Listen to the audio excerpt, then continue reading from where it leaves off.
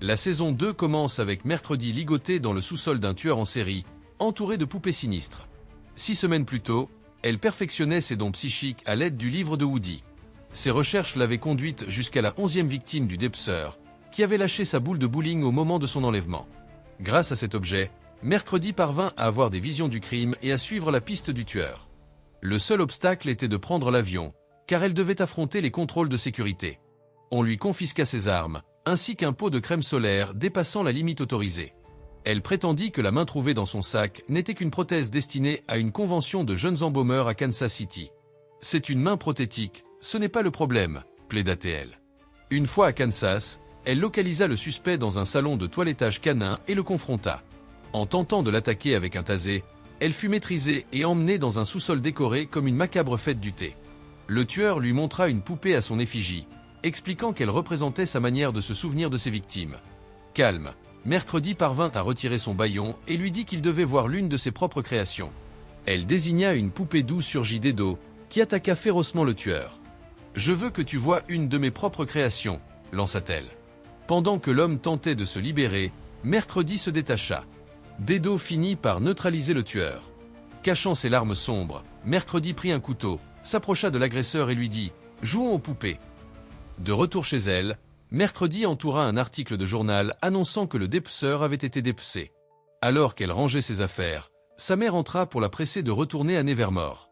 Voyant que Mercredi écrivait un roman, elle lui demanda quand elle pourrait le lire. Bien que Mercredi pensât ne jamais le permettre, elle répondit que ce serait bientôt. Elle rappela aussi à Dedo sa loyauté. En route vers Nevermore, la famille discuta des pouvoirs de Morticia et de Periclet. Homero plaisanta sur le fait que la famille était une ressource précieuse. Mercredi demanda à son frère de tirer un éclair sur un panneau routier, menaçant de l'éjecter s'il échouait. Homero révéla que le bouton d'éjection pouvait désormais être activé par n'importe qui grâce à Dedo.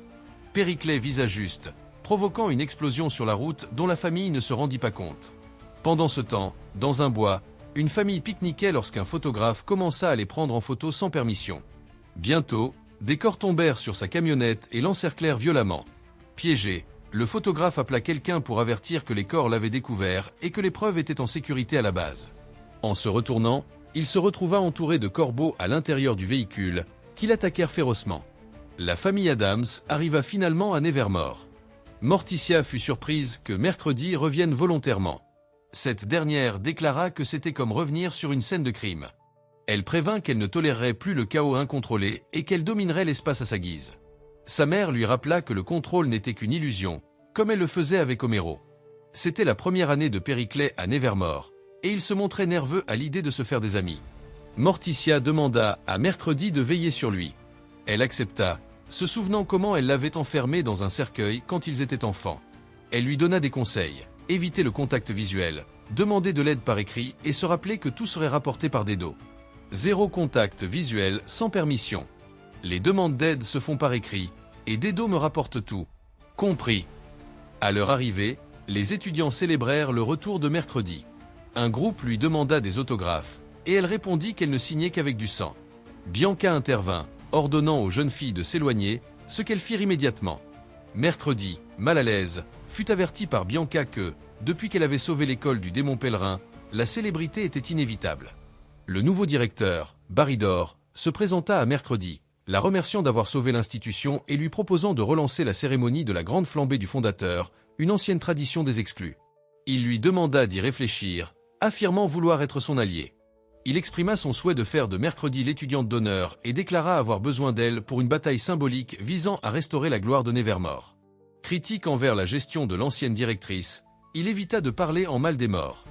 Mercredi répondit avec sarcasme qu'elle préférait diaboliser les vivants et se retira. En arrivant dans son dortoir, Mercredi découvrit une fête organisée par Enid, qui demanda rapidement à tous de partir. L'un des invités mentionna avoir installé quelque chose et conseilla de ne pas y mettre de poids. Il demanda ensuite l'aide d'Enid, ce qui la toucha. Seule, Enid demanda à Mercredi comment s'étaient passées ses vacances, confiant que les siennes avaient été les meilleures. Fidèle à son style, Mercredi répondit qu'elle aimerait la tuer en entendant cela. Enid évita d'entrer dans les détails, mais offrit à Mercredi un t-shirt avec une blague sur les monstres. Mercredi, sans grand enthousiasme, lui donna en retour une poupée prise chez le dépeceur, faite de cheveux humains. Enid, troublé, choisit d'ignorer ce détail. Merci, c'est vrai que c'est un peu effrayant, mais les boucles sont super douces. C'est du vrai cheveu humain. Enid partagea ses objectifs pour l'année, rejoindre la meute, mener la danse et intégrer les obscuristes. Elle demanda à Mercredi ses propres buts. Cette dernière répondit qu'elle voulait éviter les gens et écrire son nouveau roman, Serpent de la mort. Lorsqu'Enid s'enquit de son précédent manuscrit, Mercredi lui montra un texte couvert de corrections, précisant qu'elle n'y changerait rien, car il lui avait pris 2 ans à écrire. Elles furent interrompues par Ajax, qui cherchait Enid. Mercredi mentit en disant qu'elle n'était pas là et reçut avec dédain un unicorne en peluche. Enid remercia pour le geste, mais confia être confuse au sujet de ses sentiments pour Ajax. Mercredi lui conseilla de lui parler. À ce moment, une arbalète cachée dans l'armoire se déclencha, tirant une flèche sur une photo de Mercredi avec l'inscription « Bienvenue, Mercredi. Je continue de t'observer. Parle-lui et mets fin à ça. Mais si je fais ça, ce serait comme lui tirer une flèche dessus, dit Enid. » En touchant la photo, Mercredi eut une vision où elle parlait avec le directeur, mais elle ne put identifier son harceleur. Enid remarqua une larme sombre sur son visage, mais Mercredi minimisa l'incident. Pendant ce temps, la famille Adams aidait Périclet à s'installer dans son dortoir. Homero nota combien l'école avait changé. Eugène salua Périclet, admirant ses gadgets et montrant sa capacité à contrôler les insectes. Périclet plaisanta sur le fait de les manger, mais Eugène refusa. Il annonça qu'il sortait avec des amis et qu'il ne partageait une chambre que parce que Mercredi l'avait aidé. Ajax arriva, s'enquit de l'installation et évita une question sur sa relation avec Enid avant de partir. Mercredi retrouva ses parents et le directeur d'or, qui proposa à Morticia de présider le comité de collecte de fonds et d'habiter l'ancienne cabane du jardinier. Morticia confia se sentir désorientée avec ses 2 enfants à Nevermore. Elle offrit à Mercredi d'être temporairement sa guide spirituelle, faute de contact avec leurs ancêtres. Mercredi refusa, arguant qu'elles étaient différentes. Elle était des corbeaux, sa mère des colombes. Morticia fit allusion à sa sœur Ophélie avec délicatesse. Elle observa sa fille avec mélancolie, confessant que Mercredi lui rappelait de plus en plus Ophélie. Gênée, Mercredi détourna l'attention vers Périclet, qu'elle voyait destiné à une vie sans éclat. Seule avec Homero, Morticia exprima sa crainte que Mercredi leur cache quelque chose de grave. « Il y a quelque chose que Mercredi me cache, et je ne laisserai pas l'histoire se répéter », assura-t-elle. Dans un bois proche, les autorités découvrirent le corps de Carl Bradbury, un détective privé. La scène fut observée par des employés d'un supermarché local. Alors que la police discutait du cas avec sarcasme, une nuée de corbeaux attaqua brutalement, un événement inhabituel même pour Jericho. Mercredi se rendit sur les lieux, où elle fut confrontée par la nouvelle shérif Santiago. Cette dernière tenta d'asseoir son autorité, mais Mercredi, indifférente, méprisa ses paroles. Avant de partir, elle remarqua une silhouette fuyant parmi les arbres et l'intercepta. En reconnaissant son visage, elle découvrit qu'il s'agissait de Tyler Galpin. Confus, celui-ci expliqua qu'il connaissait la victime et que Bradbury enquêtait sur quelque chose touchant directement les exclus. Il ajouta que son fils faisait partie de ce groupe et accusa dont il d'avoir fait de lui un monstre. Mais Mercredi fut catégorique. Tyler l'avait toujours été. Pour elle, les gens ne changeaient pas, et Galpin n'était qu'un homme brisé se cachant derrière un badge. Malgré ses appels à l'aide, elle s'éloigna. Avant de disparaître dans la forêt, il lança des avertissements cryptiques. Les corps les surveillaient, et Mercredi avait été attiré vers cette affaire, non par hasard. « Tu n'es pas arrivé sur cette scène de crime par accident, Adams. Tu as été attiré comme un papillon vers une flamme. Dommage que sa perspicacité psychologique n'ait pas sauvé son fils. » Cette nuit-là, à Nevermore, les étudiants se réunirent pour raconter des histoires d'horreur. Ajax narra la légende d'un génie qui construisit un cœur mécanique pour suivre le rythme de son esprit, mais dont l'ambition le détruisit. Sa tombe anonyme, sous l'arbre-crâne, laisserait encore entendre les battements de son cœur.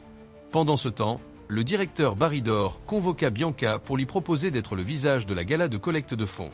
D'abord réticente par manque de temps, elle fut rappelée à son statut de boursière, le succès de l'événement impactant directement les élèves dans sa situation.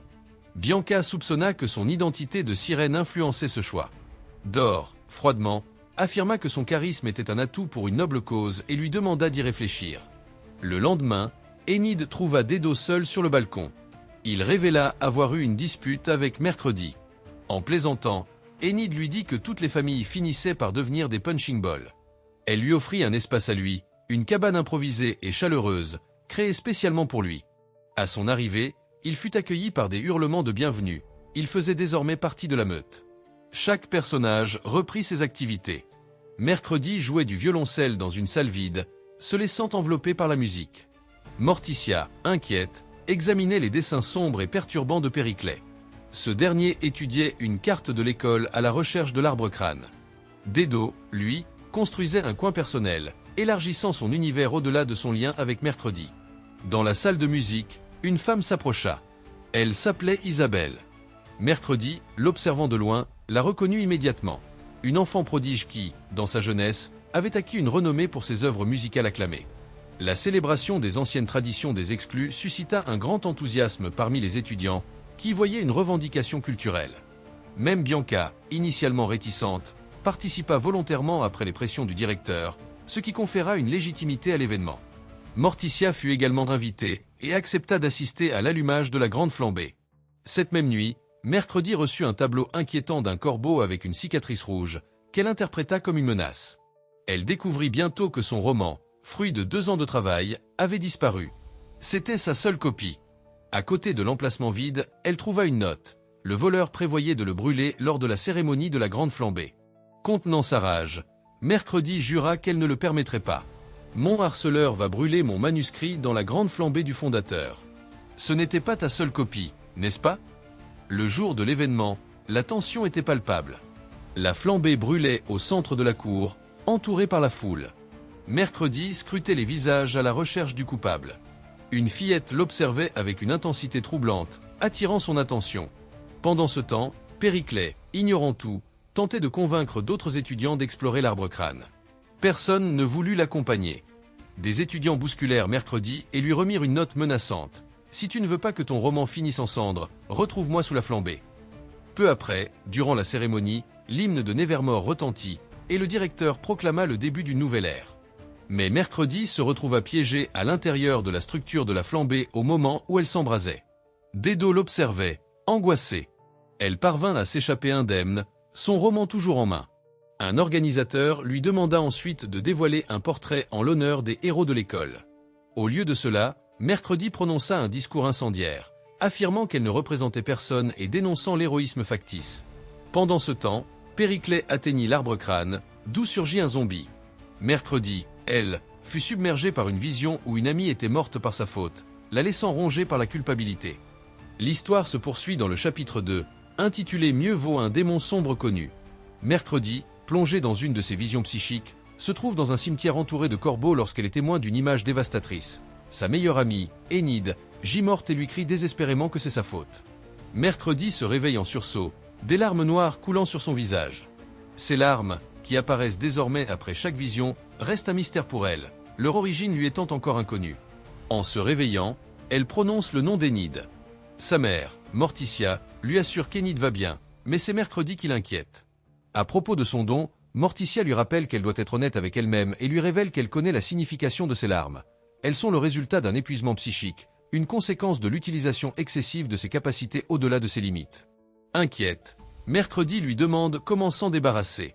Morticia répond que le premier pas est de lui remettre le livre de sorts de Goody.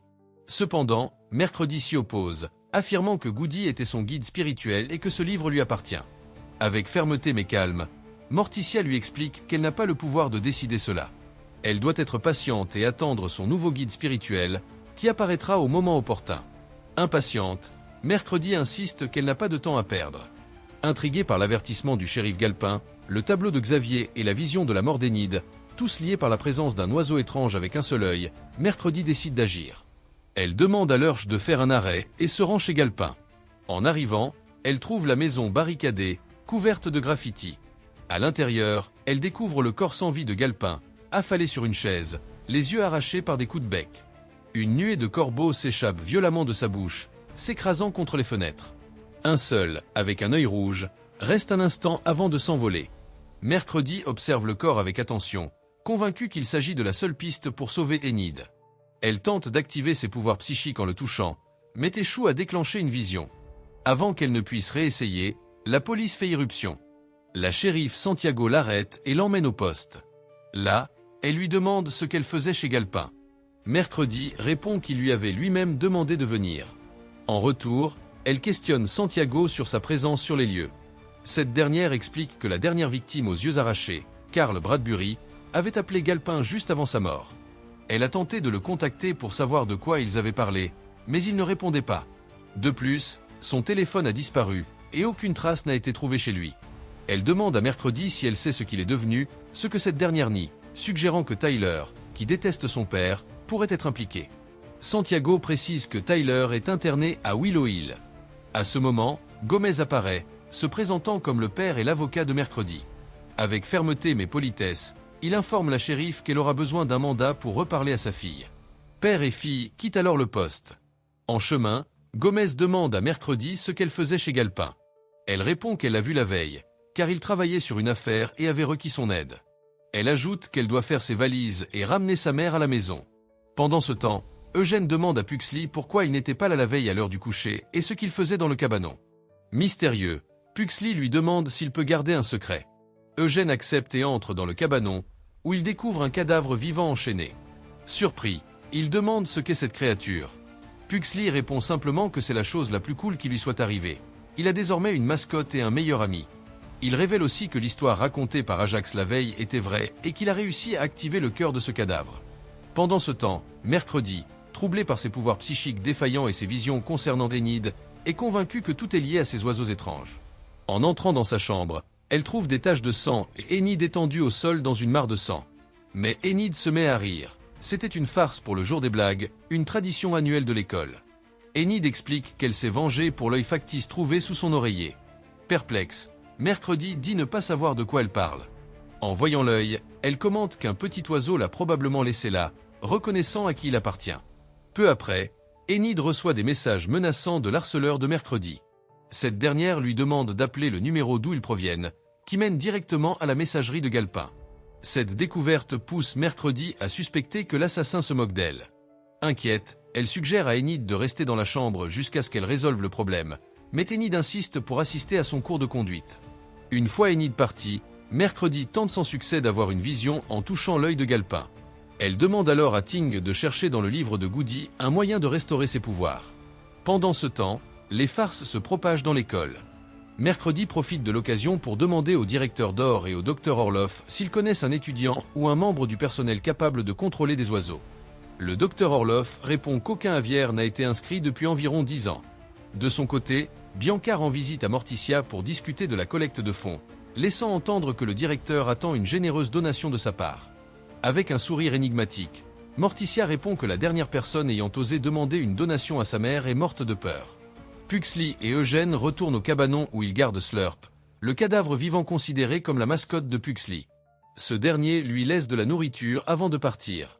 Mais après leur départ, Slurp commence à se débattre pour se libérer de ses chaînes. Désespéré pour obtenir des réponses, Mercredi décide de rendre visite à Tyler à Willow Hill. En son absence, Morticia entre dans sa chambre et exige que Ting lui remette le livre de Goody. Mercredi, se faisant passer pour Enid, vole la voiture de l'instructeur de conduite pour se rendre à Willow Hill. À son arrivée, elle informe le gardien qu'elle souhaite voir Tyler, mais il la prend pour une fan excentrique. Avec fermeté, Mercredi demande qu'il prévienne ses supérieurs que Mercredi Adams est là. La psychiatre, le docteur Fairborn, lui explique que Tyler refuse de coopérer, mais espère que Mercredi pourra le faire parler. Elle entre alors dans sa cellule de haute sécurité. Tyler se moque de sa présence, insinuant qu'elle est tombée amoureuse du monstre en lui. Mercredi lui annonce que son père a été assassiné la veille de manière macabre, tout comme une autre victime, Carl Bradbury, ancien collègue de son père. 2 meurtres en 2 jours. Tyler répond qu'il trouve plus amusant de la voir se perdre dans l'obscurité que de l'aider, ajoutant de saluer Enid de sa part et menaçant de s'en prendre à elle lorsqu'il la reverra. Mercredi réplique froidement que Thorny l'a choisi comme pantin meurtrier non pas pour un potentiel caché, mais parce qu'elle a vu sa véritable nature. Un moins que rien, un voyou à l'esprit faible, sans rien à offrir au monde hormis des talents médiocres de barista. Elle ajoute que sa meilleure vengeance sera de savoir qu'il pourrit dans cette cellule, consumée par son insignifiance. Puis elle s'en va, laissant Tyler visiblement secoué. De retour à Nevermore, Eugène interrompt un cours pour avertir Pugsley que Slurp s'est échappé. Pendant ce temps, Enid emmène Bruno, son nouvel intérêt amoureux, dans sa chambre, où elle trouve un cadeau adressé à Ting. En l'ouvrant, elle découvre une photo de police de Ting, arrêté dans l'Illinois, accompagnée d'une note signée par son complice, Lucas, pour son anniversaire.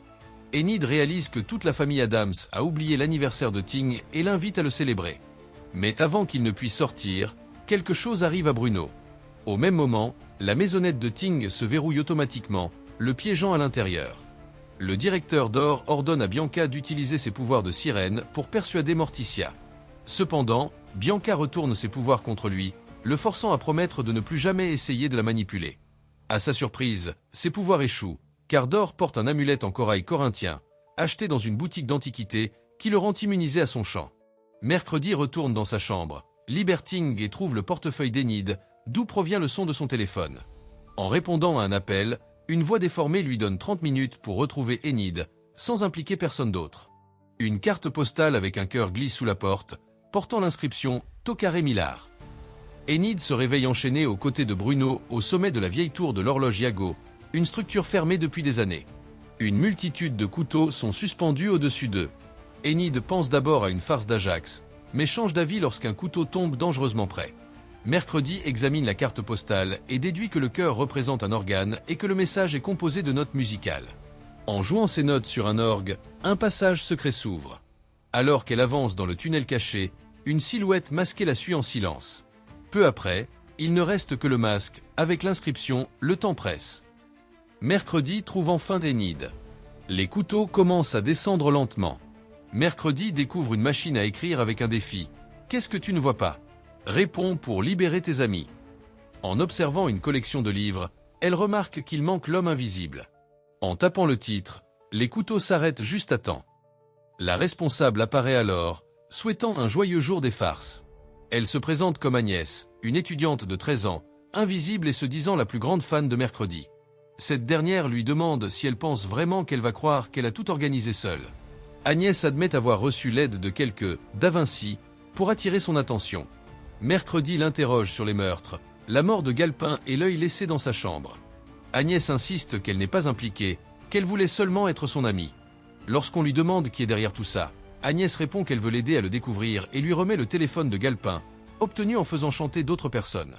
Mercredi, Enid et Bruno s'en vont, laissant la fan déséquilibrée seule.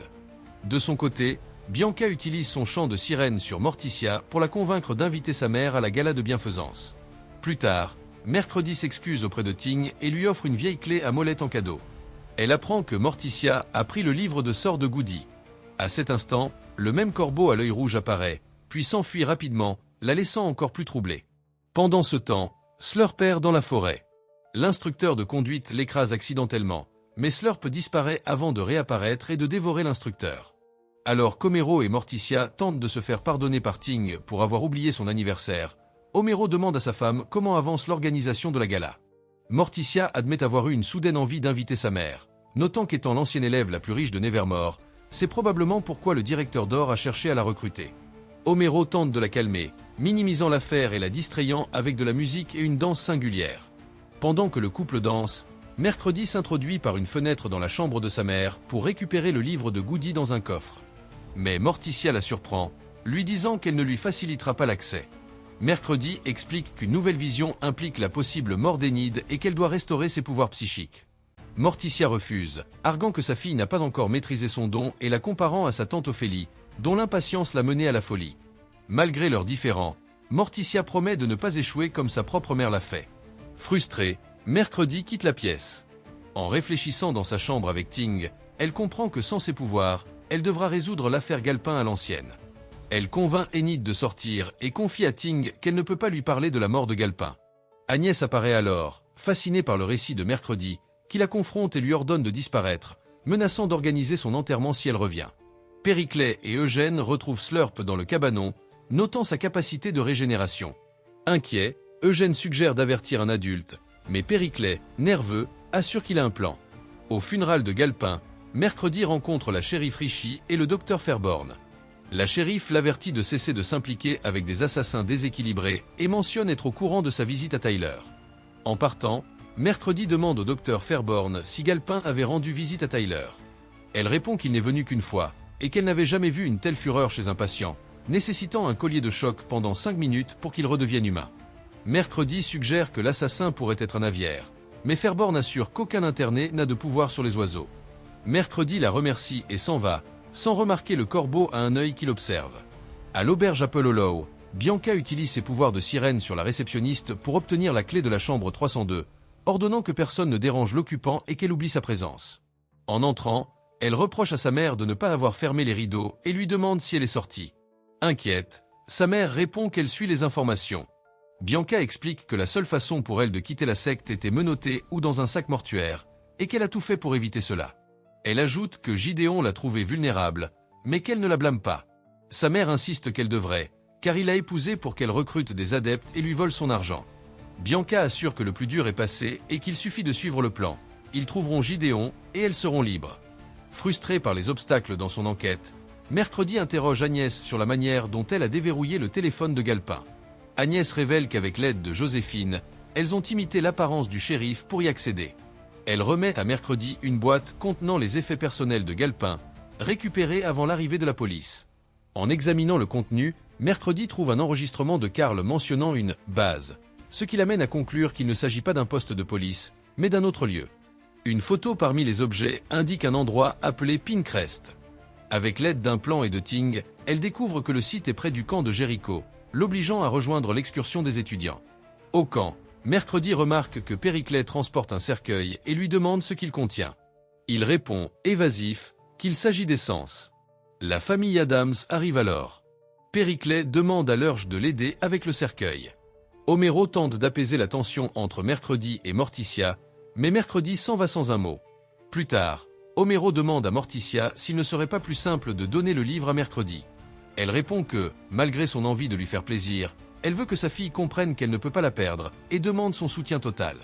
Au camp, Eugène découvre que Périclet a caché Slurp, le zombie, dans le cercueil, justifiant qu'il ne pouvait pas le laisser seul et qu'il a installé des alarmes avec des feux d'artifice en cas d'évasion. Furieux, Eugène décide de dormir dans une autre tente. Homero arrive avec des collations, mais les deux garçons le repoussent. Comprenant la situation, il leur conseille de ne laisser aucune trace s'ils ont des ennuis. Le directeur d'Or accueille les étudiants avec enthousiasme, mais Ron Kruger, chef des cadets Phoenix, revendique le camp avec un contrat de réservation. Dor présente également un contrat. Mercredi intervient, proposant de régler le conflit par un combat. Le vainqueur reste, le perdant part. Les enseignants expliquent les règles. 2 équipes de 10 membres, 5 pour défendre, 5 pour attaquer, doivent récupérer un séphir et l'amener à la tour de guet. Le premier à y parvenir gagne. Pendant le jeu, les 2 équipes s'emparent du séphir, déclenchant une course intense. Juste avant qu'un cadet ne l'emporte, Mercredi glisse sur une corde, le repousse d'un coup de pied et place le séphir, assurant la victoire à son équipe. Les cadets Phoenix jurent de reprendre le camp. Ce soir-là, autour du feu, Ajax observe tristement Enid, heureuse avec Bruno qui joue de la guitare. Mercredi, quant à elle, part pour Pinecrest et entre dans une cabane abandonnée. Elle y trouve des photos de la famille Galpin et des articles sur des patients décédés du centre psychiatrique. Tout pointe vers une femme nommée Loi, que Mercredi pense être la prochaine cible d'Enid. Mais ses pouvoirs refusent de fonctionner, ignorant qu'un corbeau à un œil l'observe depuis une fenêtre. Au camp, Dor s'assoit près du feu et demande à Morticia si elle a convaincu sa mère de reprendre ses donations, sachant qu'elle n'a rien donné depuis des années. Morticia répond qu'elle n'a pas eu de réponse, ajoutant que sa mère aime manipuler les situations et qu'elle refuse de jouer ce jeu. Pendant ce temps, Ajax interrompt une conversation entre Enid et Bruno dans la forêt. Enid admet que les choses sont allées trop vite et qu'elle aurait dû clarifier le changement de ses sentiments. Triste, Ajax baisse les yeux et s'éloigne. Plus tard, Mercredi confronte sa mère, l'accusant d'avoir franchi des limites en volant le livre de Goody. Elle la défie à un duel d'escrime à l'aveugle. Si Mercredi gagne, elle récupère le livre. Si Morticia gagne, elle le brûlera.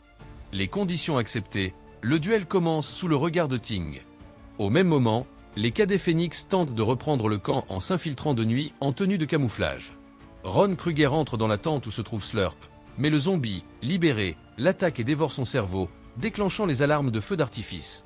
Périclet et Eugène arrivent et constatent l'absence de Slurp, mais trouvent le corps inerte de Kruger, ce qui les inquiète.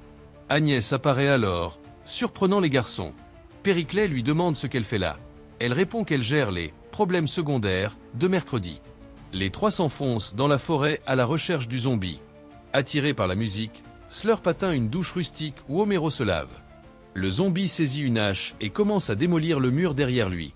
Périclet intervient, électrocutant Slurp, qui s'effondre. L'agitation alerte le camp, mais Slurp se relève et s'enfuit dans la forêt, tombant sur Mercredi et Morticia. À cet instant, Morticia brise le cœur de cristal sur la poitrine de Mercredi, remportant le duel. Mais Slurp surgit derrière elle. Mercredi réagit vite, lançant son épée à travers la tête du zombie, sauvant sa mère. La police arrive peu après, emportant les corps de Kruger et Slurp. Réfléchi, Mercredi accepte sa défaite et la réalité de poursuivre son enquête sans ses pouvoirs, se demandant qui est Loi. Au centre psychiatrique, on informe le docteur Fairborn de l'arrivée d'une nouvelle patiente. Elle recommande une surveillance constante, car cette dernière a commis au moins 2 meurtres. En ouvrant la fenêtre de la cellule, on accueille la femme, menottée. L'histoire se poursuit dans le chapitre 4, à l'hôpital psychiatrique de Willow Hill. Laurel est conduite devant la directrice. Elle avoue avoir manipulé Tyler avec le contenu de son livre. Alarmée, la directrice exige de savoir ce qu'elle lui a fait pour entamer sa réhabilitation. Laurel mentionne des rumeurs sur des expériences secrètes menées sur les patients. Face à son refus de coopérer, la directrice menace d'utiliser une méthode plus invasive pour libérer Tyler et ordonne son transfert en correctionnel. Sans option, Laurel accepte d'aider en échange d'une dernière rencontre avec Tyler. Dans sa cellule, elle le trouve enchaîné et lui dit qu'il lui manque comme à une mère. Tyler en profite pour se transformer et tente de l'étrangler. Malgré l'attaque, Laurel le convainc de la libérer, promettant de le sortir bientôt. Au cimetière, Mercredi trouve un vase contenant ce qu'elle croit être des restes humains. Sa grand-mère apparaît alors, répondant à son appel. Mercredi lui demande pourquoi les cendres de Patricia Redgar l'intéressent. Sa grand-mère explique que Patricia faisait partie des exclus incinérés et enterrés là après avoir été patient à l'hôpital psychiatrique. En ouvrant le vase, Mercredi découvre qu'il contient des plantes, mais pas de cendres humaines. Un corbeau, qui les espionnait, s'empare des nécrologies que Mercredi portait et s'enfuit. Incapable de le rattraper, elle voit l'oiseau emporter les preuves. Mercredi demande à sa grand-mère d'acheter le cimetière pour accéder à ses archives, promettant en échange que sa mère exposera publiquement ses insécurités d'enfance. La grand-mère accepte. De retour à l'école, Mercredi revoit le corbeau, qu'il observe constamment. Ignorant les avertissements, elle entre dans la chambre d'Enid, interrompant son intimité avec son petit ami. Elle remarque qu'Agnès les espionnait. Cette dernière lui remet une lettre révélant que son roman a été rejeté par l'éditeur, qui lui suggère une aide psychologique. Mercredi monte à la tour de l'horloge pour rencontrer son oncle Lucas, à qui elle demande d'infiltrer l'hôpital psychiatrique. Lucas révèle qu'il y a été envoyé par sa mère pour vérifier l'état de sa tante, subissant 2 semaines de thérapie par électrochoc. Il remarque la présence d'Agnès, disant qu'elle sait secouer le cortex cérébral. Il donne à Mercredi des conseils pour passer inaperçu et lui demande de trouver Loi, sans savoir si c'est une patiente ou une docteure, mais l'avertit d'éviter le docteur Fairborn. Lucas commence sa mission, séjournant dans une auberge où il paie en liquide avec des billets tachés de sang. Ces troubles attirent l'attention et la gérante appelle la police. Au poste, Lucas justifie ses 33 passeports en disant qu'il aime voyager, mais il est reconnu pour un ancien braquage de banque où il a léché un cactus comme un bonbon. La shérif contacte l'hôpital psychiatrique pour une évaluation. Un agent informe qu'une femme sans identité a été trouvée à l'hôtel. À l'école, les impliqués dans l'incident du zombie sont surveillés par le professeur Orloff. Bianca reçoit de nouvelles informations, mais est bloquée par ses supérieurs. Mercredi confronte Morticia, exigeant des explications sur sa tante Ophélie. Morticia révèle qu'au cours de sa 2e année, sa sœur a été trouvée hurlant dans la cour après avoir poussé ses pouvoirs psychiques à l'extrême. Malgré ses supplications, sa mère l'a envoyée à l'hôpital psychiatrique.